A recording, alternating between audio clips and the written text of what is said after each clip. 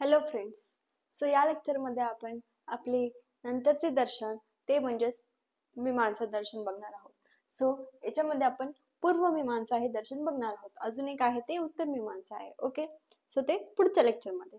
So बघा, पूर्व मीमांसामध्ये यालाच काय म्हणतात, दुसरं नाव काय दिलं आहे तर कर्मकांड असं याला म्हटलेलं आहे. ओके, म्हणजे की कर्मावरूनच आपले जे नियती आहे, आपले जे लक आहे, जे पण फळ आहे ते ठरलेलं असतं असं यांचं मत आहे. ओके, सो बघा याचा कर्ता कोण आहे सर्वात आधी बघूया. आचार्य जेमिनी हे त्यांचे कर्ता आहेत. ओके, म्हणजे ह्या जो सिद्धांत आहे पूर्वमीमांसा त्याचं ते मेन कर्ता आहेत. ओके, सो प्रकार कोणत्या प्रकारे येतो तो हा आस्तिक दर्शन.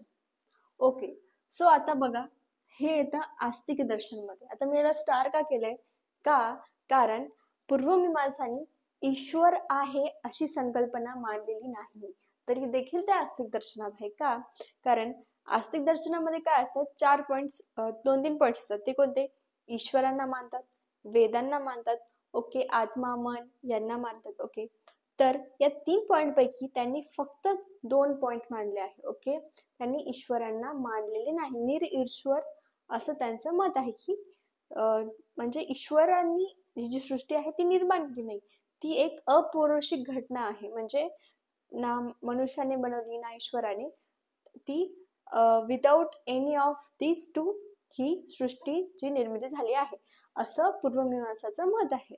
ओके, सो त्याच्यामुळेच हे जे आहे हे आस्तिक दर्शनामध्ये येतात. ओके, कारण हे वेदांना मानतात. ओके, सो बघा त्याचे पर्याय काय आहे, पूर्वमीमांसा, ठीक आहे, कर्ममीमांसा सुद्धा म्हणतात आणि कर्मकांड सुद्धा म्हणतात. ओके, म्हणजे हे जे आपण कार्य करतो आता त्याचं जे फलस्वरूप आहे ते आपल्या कार्यावर डिपेंड आहे. ओके, कर्मा म्हणू शकतो. सो हे त्यांचा मेन मोटिव्ह आहे, मेन सिद्धांत आहे. ओके, सो बघा पदार्थ किती मानले आहे. आता काय आहे, आता इथं आहे प्रभाकर आणि इथं आहे बघा कुमारिल भट्ट. सो हे दोन काय आहेत तर हे त्यांचे संप्रदाय आहेत. संप्रदाय म्हणजे आपण म्हणू शकतो ना की ग्रुप्स पडलेले असतात. ओके, सो वेगवेगळे हे 2 ग्रुप्स पडले आहेत त्याच्यामध्ये. सो हे त्यांचे वेगवेगळे पदार्थ सांगितले आहेत. सो प्रभाकरांनी काय सांगितले आहे तर 8 पदार्थ सांगितले आहे. द्रव्य, गुण, कर्म, सामान्य, परतंत्रता, शक्ती, सादृश्य आणि संख्या. ओके, तर कुमारिल भट्टांनी किती सांगितले आहे पदार्थ, 5च सांगितले आहे. ठीक आहे, तर ते कोणते आहे, द्रव्य, गुण, कर्म, सामान्य आणि अभाव. सो याचा डिफरंट लक्षात घ्या, MCQ ला येऊ शकतो. कुमारिल भट्टांनी 5 सांगितले तर प्रभाकरनी 8 सांगितले आहे. ओके, हे 2 जे आहे ते पूर्वमीमांसाचे संप्रदाय आहे, ग्रुप्स आहेत. ओके, सो बघा आता प्रमाण किती मानले आहे त्यांनी पूर्वमीमांसा दर्शनाने, 5. कोणते, प्रत्यक्ष, अनुमान, आप्तोपदेश, उपमान आणि लास्टला हे बघा अर्थापत्ती. ओके, हा एक मानलेला आहे. सो त्याला पंचप्रमाण म्हणजे असं म्हणू शकतो आपण की 5 प्रमाणांनी मांडलेले आहेत. ओके, बघा हा सुद्धा एक MCQ येऊ शकतो, कारण बाकीचे जे दर्शन आहे त्यांनी 2 मानले, 3 मानले, 4 मानले प्रमाण, पण यांनी एक एक्स्ट्रा मानला आहे, म्हणजे आपण अर्थापत्ती हा बघू शकतो. ओके, सो बघा ग्रंथ कोणता आहे, पूर्वमीमांसा सूत्रे हा ग्रंथ आहे.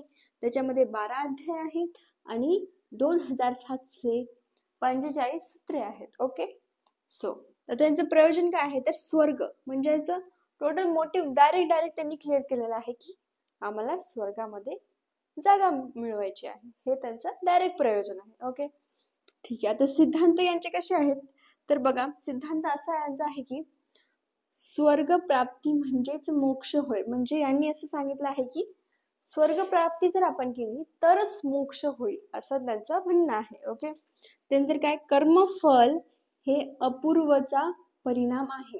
ठीक आहे, कर्मफल हे अपूर्वचा परिणाम आहे. आता अपूर्व काय आहे तर अपूर्व हा धर्म व अधर्माचा परिणाम आहे, यालाच नियती असे म्हणतात.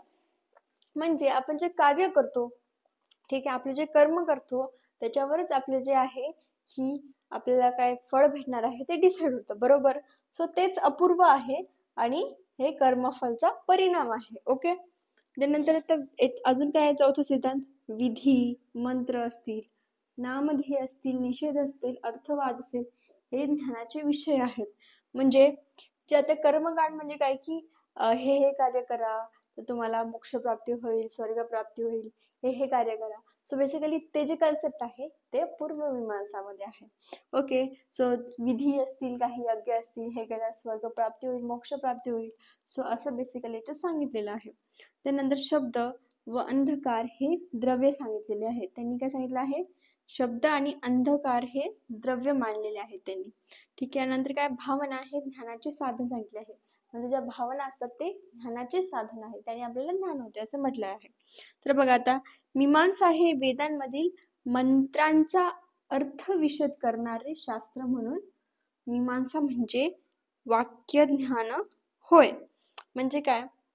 बघा वेदांमधील, ओके, सो काय करतात, मीमांसा दर्शन म्हणजे काय की वेदांमधील जे वाक्य आहे त्याचा ते अर्थ सांगते आपल्याला, की हे कर्म करा, हे एक्सप्लेनेशन देता येते. सो त्याच्यामुळे त्यांना वाक्यज्ञान म्हटलेलं आहे आणि वाक्यज्ञानलाच मीमांसा असे म्हणतात. म्हणजे त्या वाक्याचं ज्ञान वेदांमधील, वेद हे संस्कृत भाषेचं बेसिकली.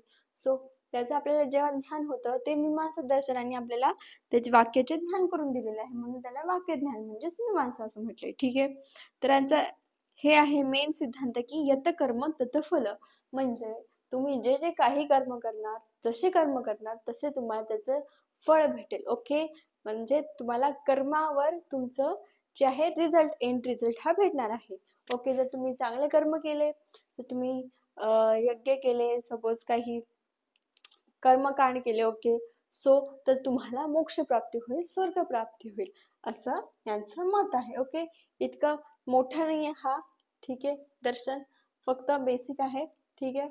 सो एवढं लक्षात घ्या की ईश्वर निर ईश्वर आहेत, म्हणजे ईश्वरांचं असं मान्यता नाहीये. ओके, या दर्शनामध्ये. ठीक आहे, तरी देखील हे आस्तिक दर्शनामध्ये मोडले जाते. ओके, एवढंच हे पूर्वमीमांसा दर्शन आहे. ओके, सो असेच आता आपले फर्स्ट इयरचे सुद्धा चालूच आहे. सो फर्स्ट इयरचे फर्स्ट टर्म झाल्यानंतर लगेच आपण सेकंड टर्म सुद्धा कंटिन्यू चालू करणार आहोत. सो लेक्चर बघत जा, काही डाऊट असतील तर विचारा, नोट्स पाहिजे असतील याच्या डिटेलमध्ये तर इन्स्टावर DM करा. ओके, आणि श्लोका नोटबुक बनवा, त्याचे सुद्धा